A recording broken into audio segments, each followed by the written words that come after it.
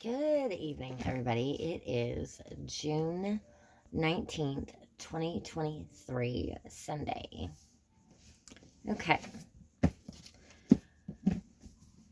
It is, let's see, what time is it? If I get my watch out of here. It is 11:34. Okay.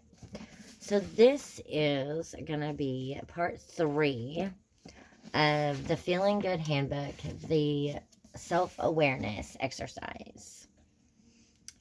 Okay, the questions and where you write your stuff, your answers and stuff.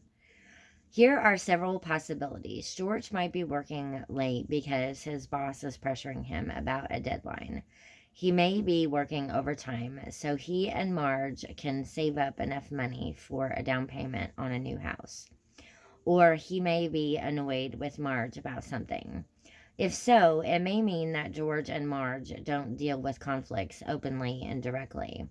This wouldn't mean that George doesn't care. His anger would probably mean that he does care and he feels hurt. If this were the case, George and Marge could benefit from some communication training so they can learn to share their feelings more openly instead of acting them out through nagging and arguing. Marge's last thought was, he should be home now. What is the distortion in this thought? Check the list on pages 8 through 11 and put your ideas here. Okay, and then there's where you can write right there. Okay. Next one is, this is a classic should statement. It might be better for Marge to tell herself that she'd like George to be on time. This would sound less judgmental and it would create less antagonistic atmosphere for discussing the problem. Some readers may feel that I am attacking Marge. You may want to defend her and think, what if George is a jerk? Maybe he's having an affair with someone. Maybe she has the right to be angry. Certainly, there are times when anger is healthy and appropriate. There will be other times when your thinking is way off base and your anger is not particularly valid.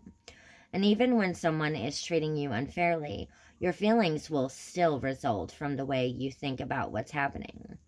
When you think about a genuinely upsetting situation in a distorted way, your feelings will get blown up out of proportion so that the real problem becomes harder to resolve. If you're willing to think about the problem more realistically, you'll find it far easier to express your feelings in a constructive way so that the other person will listen and not get so defensive. Marge just doesn't have enough information yet. She hasn't found out the facts, but she has already convicted and sentenced George. This attitude of blame will guarantee that there will be a fight when George gets home. Her thoughts are so inflammatory that she'll overreact. This will simply make the problem worse. She may pout and cry or accuse him of being a thoughtless jerk. I can imagine that this will lead to a productive exchange of feelings. Can you? What could Marge say when George comes home? Put your ideas here. And there's... Okay, next one. She might say, George was really worried about you, and I'm angry because you're so late and you didn't call. I cooked this great meal for you because I love you, and when you didn't show up on time, I felt really hurt. Can you tell me what's going on? Did we have a misunderstanding about when you were going to be home or what? This statement is far more powerful than telling him off because she is sharing how she feels without hurling accusations or putting George down. She invites him to explain what the problem is instead of acting as if she already knew. Now review the angry thoughts you wrote down at the beginning of this section. See if you can identify any of the distortions that are most frequently associated with anger. Look for should statements. he shouldn't have said that, or she's got no right to feel that way. Labeling he's an SOB. Mind reading, she obviously doesn't have any respect for me. Blaming, this is entirely his fault. All or nothing thinking, I'm right and she's wrong about this. Overgeneralization, all she ever thinks about is herself. Okay, so that is all for this section.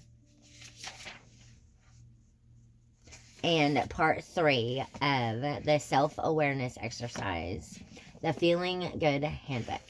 If you like this content, like this video, or comment below.